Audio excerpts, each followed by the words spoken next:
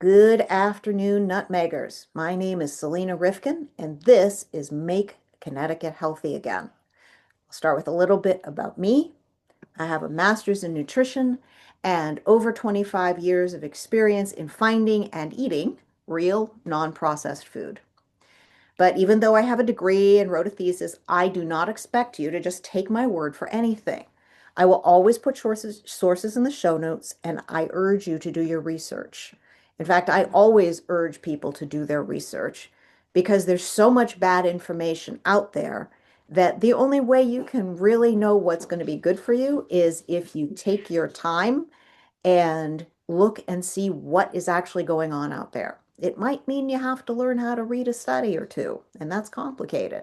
But be patient with yourself and really work at it. Your health is worth it. So today, I want to talk to you about why it's hard to get healthy. Because knowing what stands in your way gives you a chance to overcome those hurdles. So how many people do you know who have lost weight and gained it all back? Maybe you have. How many people do you know with chronic health problems? And that includes mental health because the mind and the body are connected. You don't get to separate them one from the other. How many people do you know have had cancer or heart problems? So, for so many people I know, the rule is if it tastes good, eat it, even when it's obvious they know it's not a good idea. And I found at least four reasons why just changing one's diet is so damn difficult. And it really is damn difficult. So, our medical system, the food industry, our gut microbiome, and our lifestyles. So, let's start with the medical system. How does that contribute to our diet problems? How many of the people I asked you to think about are under the care of a physician and trust that person implicitly to give them the best advice? Many people rely on their doctors to tell them what to eat. Um, I'm not sure how much of that is their doctor and how much of that is actually the mainstream media, but I haven't interviewed anybody, so that would be an interesting study.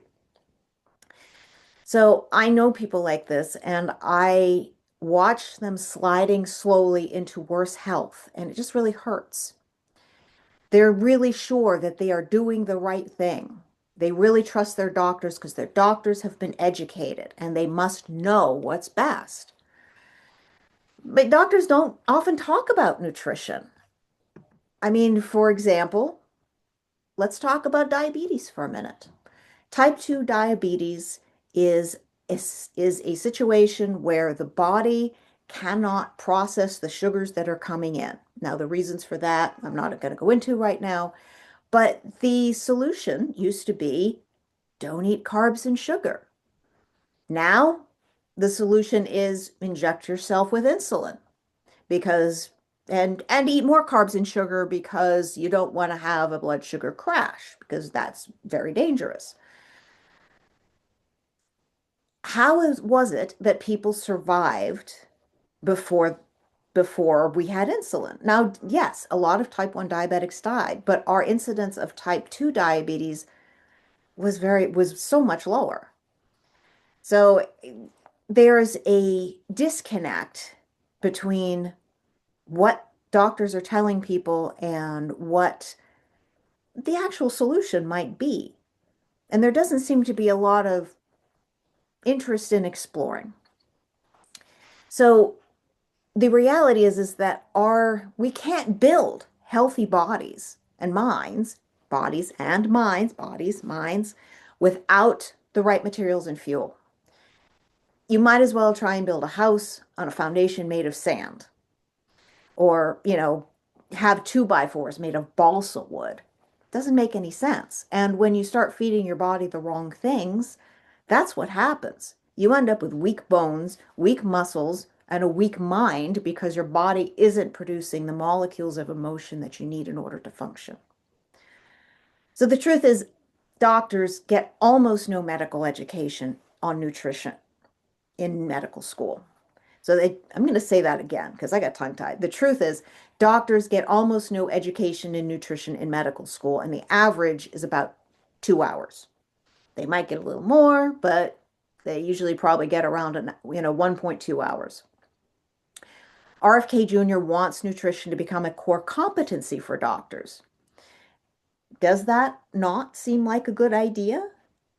He's demanded that medical schools put forward plans to actually have that happen.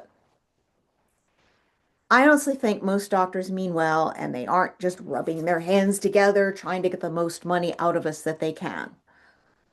I'm not so sure about hospital organizations, but that's a different conversation. I think that the vast majority of doctors go into the profession with a desire to help people. But medical professionals live in the same environment as the rest of us, and they're just as oblivious to its effects. If the only path to becoming a doctor is one that tells you chronic problems are treated with a drug, then that's what the student of medicine learns. And I don't think doctors spend any time thinking about how we evolved. And that's the second reason that changing what we eat is hard. Food makers game our evolved tastes. It's taken humans a very, very long time to have the bodies that we have. Evolution is not a fast process. And our food system has changed very quickly in the last 60 years. Food is even different from when I was a kid. And there's no way we're evolved to deal with what's in front of us. Our oldest upright ancestor is Australopithecus afarensis, and it took 4 million years for humans to get from there to Homo sapiens sapiens. Homo sapiens sapiens has been here around 300,000 years. That's teeny weeny. As I said, evolution is a very slow process. During that time period, we ate what was in our environment and we slowly evolved ways to get more nutrients from what we ate. Australopithecus afarensis was pretty much an herbivore, and we didn't actually start eating meat until later, and we started as scavengers. But as we evolved, that changed what was going on in our gut, and it changed how our brains worked, and it changed what we actually got, where we got those nutrients. The food chain goes from highly productive organisms that reproduce a lot, like plants, or even bacteria, depending on how far down you want to go, to apex predators that reproduce just a little bit. The soil microbiome, which I talked about last week, feeds plants and insects. Then plants and insects feed grazers and grazers and birds feed predators, both small, medium, and large. Herbivores eat plants. Plants don't offer a lot of energy, but there's a lot of them. It's going to take a long time to eat all the plants you need if you had to try and get all your energy from plants. But an herbivore will eat them and turns the plants into flesh, and that flesh is filled with vitamins. If a carnivore eats the grazer, then the carnivore doesn't have to expend the energy to make the vitamins that are already there in the grazer's body. In fact, the carnivore may not even have the capacity to make those vitamins. B12, for example. Our bodies do not make B12, although there is a gut microbiome critter which will actually make it if you have the right critter in there. We'll get back to that. But we have to eat B12 because we don't make it. And there's a few others that are like that we do not make, and it has to be created in another animal and for us to eat it. That's going to be the best way for us to get it. So around 2.5 million years ago, one member of the human family tree, that's Homo habilis, started scavenging meat. And then about 1.9 million years ago, Homo erectus started cooking meat. And there's actually a theory that that's when we started getting smarter. Up until a mere 10,000 years ago, meat was the major part of our diet. We didn't actually start eating grains until 12,000 years ago. And before that, it was definitely not something that we ate. We did not evolve eating grains. That was kind of what grazers did. So sometimes we would get our hands on some high energy non-meat food, but that was not usual. Sweet foods like small fruits and berries were hard to get, or like honey. which was really, really hard to get because, ouch. But that sweetness signaled a big burst of calories and energy for our bodies, so nature gave us a little incentive to go searching them out. And that's that sugar craving thing that a lot of us have. It makes it a little challenging to actually, not eat sugar. And I was a huge sugar addict when I was a kid. 4 candy bars a day, I kid you not. Every day, 4 candy bars. I went to the drugstore next door. Yeah. So yeah, I had a serious sugar addiction when I was a kid. When we eat something sweet, we get a nice big rush of dopamine in our brains, which is the same thing that happens when you take a mind-altering drug. And that's fine when the thing causing that rush is uncommon. And there's lots of other things around us to provide that rush besides food, because we get dopamine rushes from all sorts of good things that aren't actually addictive. But there's sugar. So food makers know they know about that rush and they exploit it. They pair together foods that we naturally seek out because they weren't paired together in our ancestral environment. For example, sweet and fat. Can you say ice cream? And no, there's no ice cream in any traditional tribal societies, let alone in our ancestral environment. Some of those combinations wouldn't be quite so bad if food makers used real ingredients instead of fake ones like frying potatoes in seed oils, using sugar and trans fats and preservatives and emulsifiers. Just everything, all of that makes food taste good. Doesn't mean it's good for you. So the food maker's purpose is for you to eat more of what they sell and for them to make money. And they really don't care if their product has long-term health effects. If the FDA says it's good, they're in. So here, I'm going to give you a list of things that didn't exist in our evolutionary ancestors' environment. High volumes of sugar, corn syrup, artificial sweeteners, seed oils, refined flour, genetically modified organisms, emulsifiers, preservatives, food colorants, and pesticide residues. None of the things on that list were part of our evolution, not even one. And our bodies don't know what to do with them. Prior to the advent of modern food, our ancient aesthetic preferences were a pretty good guide on what to eat, because foods that would have damaged us with overconsumption just didn't exist in abundance, or at all. If you walk into any grocery store, there's nothing in the middle of that store that's something our ancient ancestors would have eaten. Even around the edges of the store, you have to be aware of things like genetically modified organisms, antibiotics, pesticide residues, and even hormones. Our ancestors certainly weren't eating genetically modified organisms. GMO foods in and of themselves may or may not be difficult for humans to extract nourishment from. What is true is that GMO foods are specifically designed to survive heavy applications of chemicals, especially glyphosate. And those chemicals, along with many medications, have a profound effect on our gut biome. Which brings us to the third reason why changing what you eat is hard, your gut microbiome.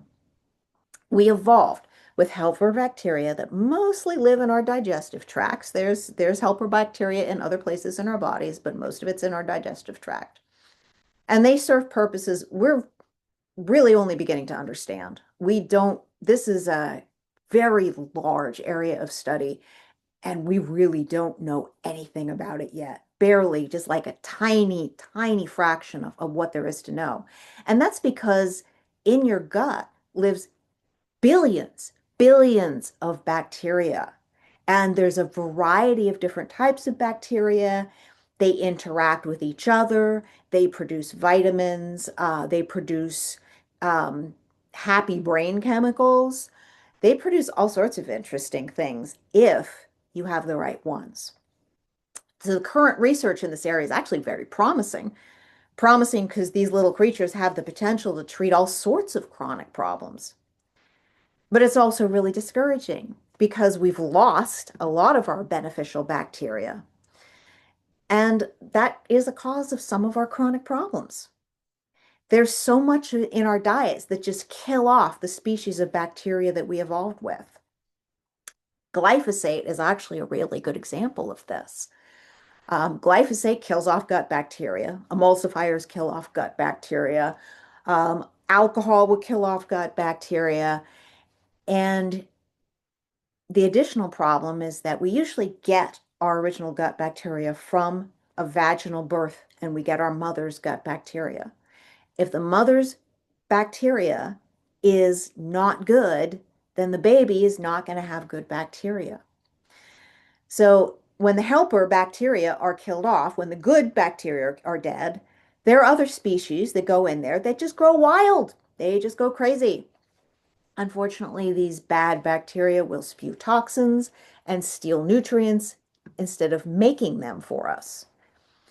So these bad bacteria have, they know they like to eat too, and they have opinions about they want to eat, what they want to eat, and what they want us to eat. And they are especially fond of sugar. Sugar's cheap and easily available, and they usually get it, which disrupts our insulin and blood sugar in the process. And then it becomes an ugly cycle because we feel terrible and then we eat more sugar so that we feel better. So even stress can change the balance of bacteria in our gut. There was a 1997 study on people who had experienced adverse childhood experiences, i.e., trauma. And it showed that people who suffered from obesity, they usually suffered from obesity and they gained their weight quickly and stabilized at a particular weight rather than gaining it slowly over time. Typically, that weight gain occurred after trauma, after which they would struggle with the weight. And the literature on gut microbiome, the gut microbiome of people who are overweight is entirely clear.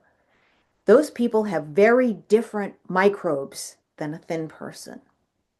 And they've been starting to do some studies on transplanting the gut microbiome of thin people into overweight people, and that's had some really remarkable effects. So the idea of eating to manage emotional states isn't strange either, but what we eat also changes the nature of the helpful critters. Comfort food, that stuff that the food companies wants us to eat, hacks our taste buds. And at the same time, that food will starve and kill good gut bacteria. This allows the bacteria that produces toxins to spread out, and these things really do produce toxins. Those toxins poison us and make us feel worse, and so then we eat more comfort food. Yeah, isn't that fun? So we have another vicious cycle, and that leads us into it, the last reason changing our diets is hard, and that's modern lifestyles. Like our ancestral foods, our ancestral ways of living were vastly different than they are now. During the last 4 million years, in which we were evolving towards Homo sapiens sapiens, and even for that 300,000 years afterwards, we really didn't have any option of any light but the sun, the moon, and firelight. We didn't have the option of traveling any faster than our feet could carry us, and we were constantly in motion while we were awake. And we were social. Our closest genetic relatives, which are bonobos and chimpanzees, they all live communally.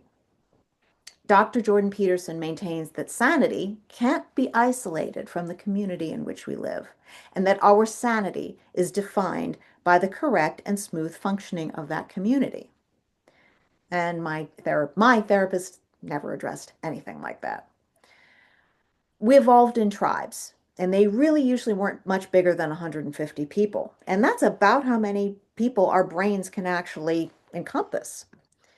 And we saw most of them every day in the course of the day. The men would hunt together, they played games together, the women cared for each other's children and went out to dig roots and gather berries and materials to make cordage, and they gossiped. That's not how I grew up, and it probably wasn't how you grew up either. I was very isolated personally. I didn't have any extended family around me. I had no siblings, and I spent hours alone every day. I am probably lucky I'm sane.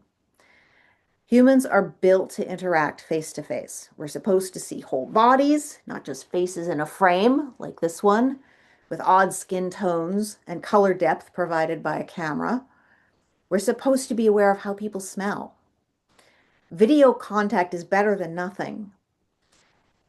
Uh, Better than nothing than the hours of television I had growing up, but it's not what we need and it's not what we crave. We need to be together, laughing with friends. Gives us one of those dopamine surges. That's a healthy one. You want to get addicted to laughing with friends? That's awesome.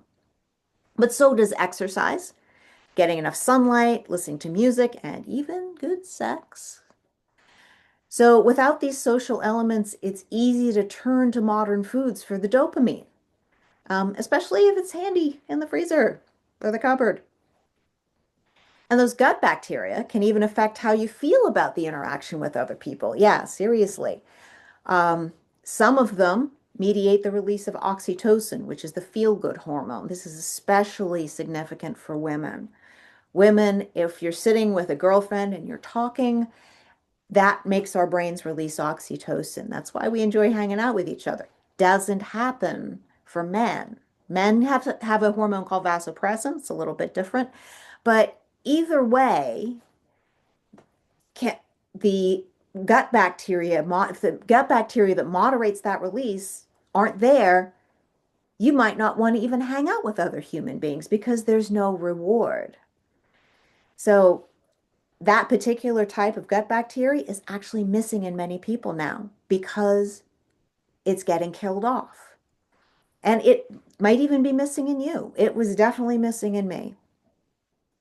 So this is four reasons why changing what's going on in your insides and changing what you eat is really hard. So don't beat yourself up if you fail at your dietary plans a few times. It's work. So in order to eat well, it really isn't as simple as just buying the right food. In our modern world, we have to spend time and energy rejecting things that look good. And there's a lot of things out there that are bad for us that really look good. And rejecting those things takes a lot of energy. And maybe even learning to like things that are completely unfamiliar. And I'm not talking about broccoli. So just remember that it really isn't about willpower or being weak.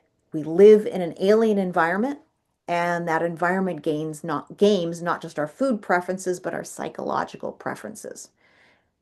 Think about advertising, and I'm not even getting into that, but I'm sure you have some ideas about that. We have options and challenges our ancestors didn't have, and we don't have a culture that's going to help us learn to live with those options or get rid of the challenges. You're not the bad critters in your gut. Remember that too. It's hard to change what you eat because our medical system doesn't support us in eating good food. Our evolved tastes can be gamed. Our gut microbiome has preferences, and our lifestyle affects how well we resist addictive cravings. Don't wait for me to start telling you what's good to eat, but do start right now to look at what you eat and your lifestyle. Go ahead and make some little changes today and keep doing them for a week. And they only need to be little changes. A short walk, yeah, even in this freezing weather, is beneficial, and it brings you a step closer to the way your ancestors lived. So take care of yourself. Try and get healthy if you're not. Do the best you can. Your family needs you, your country needs you, your community needs you. You can do this. God bless America. God bless Connecticut. And I'll see you again soon.